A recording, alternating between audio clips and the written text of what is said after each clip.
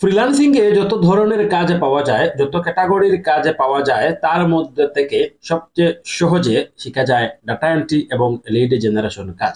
সবচেয়ে সহজে বলতে আমি বুঝাচ্ছি তুলনামূলকভাবে সহজে, মানে অন্যান্য কাজ থেকে তুলনামূলকভাবে সহজেই আপনি শিখতে পারবেন ডাটা এন্ট্রি কাজ এবং লিড জেনারেশন কাজ।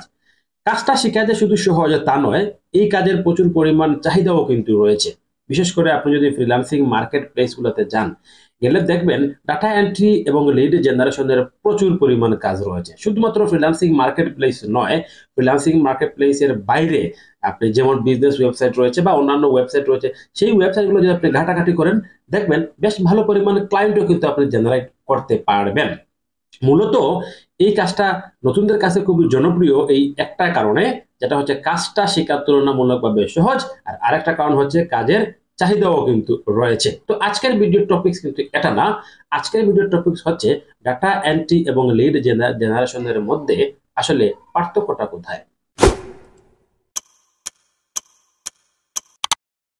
ডাটা মানে হচ্ছে গিয়ে আপনার তথ্য, এন্ট্রি মানে সংরক্ষণ করা, ডাটা এন্ট্রি মানে কোনো তথ্য সংরক্ষণ করা। কোনো একজন ক্লায়েন্ট আপনাকে যদি ডাটা এন্ট্রির কাজ দেয়, তাহলে সে আপনাকে কোনো ইনফরমেশন দিয়ে বলবে এই ইনফরমেশন গুলো কোনো একটা শীটে সংরক্ষণ করে আমাকে দাও। বিষয়গুলো মনে রাখবেন কি বলতেছি। লিড জেনারেশন, লিড মানে হচ্ছে তথ্য, জেনারেশন মানে আপনার জেনারেট করা বা সংরক্ষণ করা বা শীটে তোলা, এরকম কোনো কিছু। মানে লিড জেনারেশনের কোনো ক্লায়েন্ট যদি আপনাকে লিড জেনারেশনের কাজ দেয়, তাহলে সেও আপনাকে একই কথা বলবে যে এই ইনফরমেশন গুলো সংরক্ষণ করে তুমি আমার কোনো একটা শীটে এন্ট্রি করে দাও। তার মানে আমরা এখন পর্যন্ত ক্লিয়ার হতে পারলাম না লিড জেনারেশন এবং ডাটা এন্ট্রির মধ্যে মূল পার্থক্যটা কোথায়। কিছু উদাহরণ দেখলে এবং বাস্তবে দুই একটা কাজ দেখলে, প্র্যাকটিক্যালি 2-4 মিনিট যদি আমি আপনাদেরকে দেখাই, তাহলে আপনাদের কাছে ক্লিয়ার হয়ে যাবে বিষয়টা কি। Example of data entry. Data entry কাজের জন্য একজন ক্লায়েন্ট বলতেছে, you save me some mouse data from Amazon website, website link is attached. সে বলতেছে, ধরুন বাংলায় বলি, সে বলতেছে যে অ্যামাজন থেকে তাকে মাউসের কিছু ডাটা সংরক্ষণ করে দেওয়ার জন্য ওয়েবসাইটের লিঙ্ক সে অ্যাটাচ করে দিয়েছে। আই হ্যাভ মেনশন, আচ্ছা ঠিক আছে, এবং এই কি কি তথ্য লাগবে তার নিচে সে উল্লেখ করে দিয়েছে তার কি কি তথ্য প্রয়োজন। মানে অ্যামাজন ওয়েবসাইট থেকে মাউসের তথ্য দিবেন, মাউসের কি কি তথ্য দিবেন সেইখানে উল্লেখ করে দিয়েছে যে এই তথ্যগুলো তার লাগবে, এবং দেখুন নিচে সে একটা ওয়েবসাইটের লিঙ্ক অ্যাটাচ করে দিয়েছে। ঠিক আছে, এখন হচ্ছে আমি 1 মিনিটের বিষয়টা আপনাকে আমি একটু ক্লিয়ার করে দেই। আমি ধরেন গুগল ড্রাইভে আসলাম, যে গুগল ড্রাইভে আসলাম, ড্রাইভে এসে গুগল ড্রাইভ থেকে আমি কি করলাম, এই যে নিউতে ক্লিক করে আমি জাস্ট একটা গুগল শিটের উপর ক্লিক করলাম, দেখুন একটা শিট এখানে তৈরি হয়ে গিয়েছে। এখন আমি যেটা করব, এই যে সে আমাকে তথ্যগুলা দিয়েছে, এই যে ধরেন আপনার কালার, এই তার রিকোয়ারমেন্ট, এই তথ্যগুলো হচ্ছে কি ক্লায়েন্টের রিকোয়ারমেন্ট। এখন এই রিকোয়ারমেন্ট গুলো আমি আস্তে আস্তে শিটে নিব, নিয়ে আগে শিটটা আগে আমি তৈরি করে নিব। তো আমি এখানে কালারটা তুলে দিলাম। দেখুন ক্লায়েন্ট আমাকে যে রিকোয়ারমেন্ট গুলা দিয়েছিল, আমি এগুলা শিটে অলরেডি আমি এন্ট্রি করে ফেলেছি। এখন দেখুন ক্লায়েন্ট আমাকে এখানে একটা লিঙ্ক দিয়েছে, ওয়েবসাইট লিঙ্ক। আমি এখন এই লিঙ্কে যাব, গিয়ে দেখবো যে সে অ্যাকচুয়ালি কিসের লিঙ্ক আমাকে দিয়েছে। ঠিক আছে, অবশ্যই এটা অ্যামাজনের লিঙ্ক হবে, কারণ যেহেতু আগে উল্লেখ করে দিয়েছে, হ্যাঁ এটা একটা অ্যামাজনের ওয়েবসাইটের লিঙ্ক এবং একটা মাউসের প্রোডাক্টের লিঙ্ক। আচ্ছা, এখন আমি এইখান থেকে মাউস ক্লিক করব এবং যে সে যে যে তথ্যগুলো নিতে বলেছে তথ্যগুলো আমি এখান থেকে নিয়ে নিব। সে কি তথ্য নিতে বলেছে আমাকে, এই যে আমি সেটা বলেছি, যাই কালার, এই মাউসটা কোন কালারের এটা দিতে হবে, কোন কালার কোন কালার, এই যে কালার গ্রে কালার। হ্যাঁ, আমি এখানে গ্রে এই কালারের নেমটা কপি করলাম, এই যে কালারের নামে নিয়ে আসলাম, মানে দিয়ে দিলাম। তারপর কি লাগ বলেছে সে ব্র্যান্ড, এটা কোন ব্র্যান্ডের, এই যে ব্র্যান্ডটাও এখানে দেওয়া আছে, ব্র্যান্ড নেমটা আমি কপি করলাম, এই যে ব্র্যান্ডের ঘরে এটাকে পেস্ট করে দিলাম। তারপরে যে কানেক্টিভিটি, দেখুন সব তথ্যগুলো এখানে কিন্তু আছে, এই যে কানেক্টিভিটি হচ্ছে এইটা ইউএসবি, আমি এইটাও পেস্ট করে দিলাম। টেকনোলজি, কোন টেকনোলজি, টেকনোলজি দেয়া নেই, যাই হোক। তারপর হচ্ছে কি আপনার যে স্পেশাল ফিচার্স, এই দেখুন স্পেশাল ফিচার্স, সব তথ্য কিন্তু ক্লায়েন্ট আমাকে যে লিঙ্ক দিয়েছে ওই লিঙ্কের মধ্যেই কিন্তু আছে। তারপর কি প্রোডাক্ট লিঙ্ক, এই প্রোডাক্টের লিঙ্কটা কোথায়, এইটা হচ্ছে কি প্রোডাক্টের লিঙ্ক। আমি এই লিঙ্কটা কপি করলাম, কপি করে সেটা নিয়ে যাচ্ছি। অবশ্যই আপনারা এইভাবে নেবেন না, এই লিঙ্কগুলোকে আপনি শর্ট করে নেবেন। সরি, প্রোডাক্ট লিঙ্ক, এই যে এইটা, দিয়ে দিলাম। তো প্রোডাক্ট লিঙ্কটা আপনি বসে শর্ট করে নেবেন। দেখুন এই যে আমি কাজটা করেছি এটা হচ্ছে ডাটা এন্ট্রি, এবং আমি এখানে শেয়ারে ক্লিক করলাম। শেয়ারে ক্লিক করে এই শীটটা আমি কি করতে পারি, ক্লায়েন্টকে দিয়ে দিতে পারি। আচ্ছা, আমি আর দিচ্ছি না, আর দেখাচ্ছি না। এখন দেখুন ডাটা এন্ট্রি কাজটা আমরা বুঝতে পারলাম। এখন দেখি আমরা লিড জেনারেশনের একটা এক্সাম্পল অফ লিড জেনারেশন। একজন ক্লায়েন্ট বলেছে I need 1K B2B leads for my business, মানে আমার ব্যবসার জন্য 1000 B2B লিড প্রয়োজন, মানে বিজনেস টু বিজনেস লিড প্রয়োজন।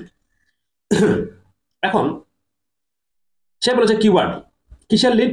কিওয়ার্ড দিয়েছে ফটোগ্রাফি কোম্পানি, এবং এইখানে অনেক ক্লায়েন্ট আরো অনেক ধরনের কিওয়ার্ড দিয়ে থাকে। লোকেশন বলেছে ইউএসএ, মানে ফটোগ্রাফি কোম্পানি হতে হবে ইউএস এর। এবং ইনফরমেশন রিকোয়ার্ড, তার ইনফরমেশন গুলো কি কি, কোম্পানির নেম লাগবে, কোম্পানি ওয়েবসাইট লাগবে, অ্যাড্রেস লাগবে, সি পারসন লাগবে, টাইটেল লাগবে, লিঙ্কডইন ইউআরএল লাগবে, এবং 100% ভ্যালিড ইমেল তাকে প্রোভাইড করতে হবে। আশা করি এখনই বুঝতে পারবেন ডাটা এন্ট্রি এবং লিড জেনারেশনের মধ্যে মূল পার্থক্যটা কোথায়। এইখানে দেখুন ডাটা এন্ট্রিতে ক্লায়েন্ট কি করেছে, আমাকে স্পেসিফিক নির্দিষ্ট একটা ওয়েবসাইটের লিঙ্ক দিয়ে দিয়েছে, দিয়ে বলেছে এই লিঙ্ক থেকে, এই ওয়েবসাইট থেকে তুমি আমাকে এই তথ্যগুলো সংরক্ষণ করে দাও। অথবা সে আমাকে ওয়েবসাইটের নাম মেনশন করে দিয়েছে, এই ওয়েবসাইটে যাবে, এই তথ্যগুলো সংরক্ষণ করে দিবে।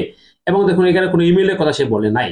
আর লিড জেনারেশনে সে কি বলেছে, আপনাকে কিওয়ার্ড দিয়েছে, কোনো ওয়েবসাইটের লিঙ্ক সে আপনাকে দেয় নাই, জাস্ট একটা কিওয়ার্ড দিয়েছে, লোকেশন দিয়েছে, দিয়ে বলেছে এই কিওয়ার্ড দিয়ে সার্চ করবে, তুমি নিজে নিজে সার্চ তোমাকে কিন্তু বের করতে হবে, সেটা লিঙ্ক দেয় নাই কিন্তু আপনাকে।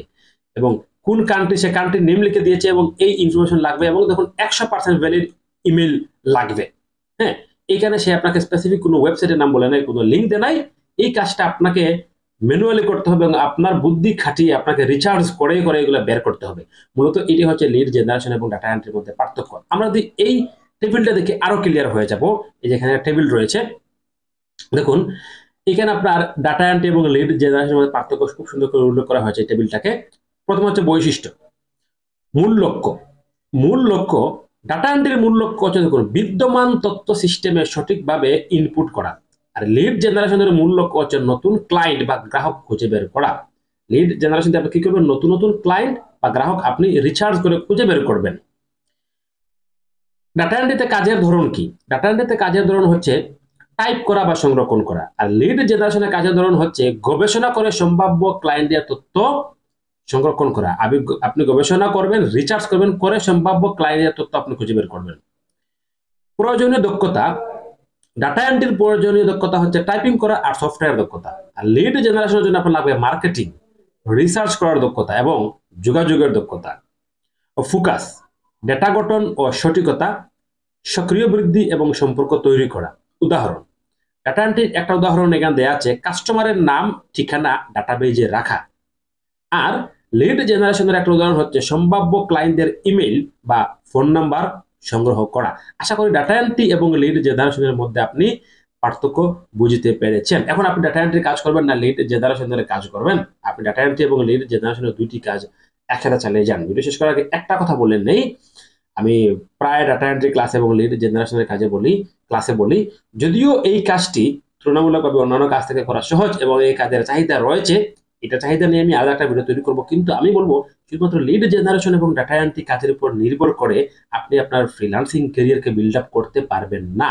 আপনার উচিত হচ্ছে লিড জেনারেশন এবং ডাটা এন্ট্রি কাজ করার পাশাপাশি ফ্রিল্যান্সিং রিলেটেড আরো যে স্কিলগুলো রয়েছে, যেমন হাই ডিমান্ডেবল স্কিল হতে পারে, যেমন ফেসবুক অ্যাড, গুগল অ্যাডস সহ যে ডিমান্ডেবল স্কিল রয়েছে সেইগুলা শেখা এবং সেইগুলোর উপর নির্ভর করা। ডাটা এন্ট্রি আর লিড জেনারেশন যে আপনি ইনকাম করতে পারবেন, নিঃসন্দেহে এটা ভুল কোনো কিছু না, তবে অন্যান্য স্কিলগুলো আপনি শিখতে থাকুন।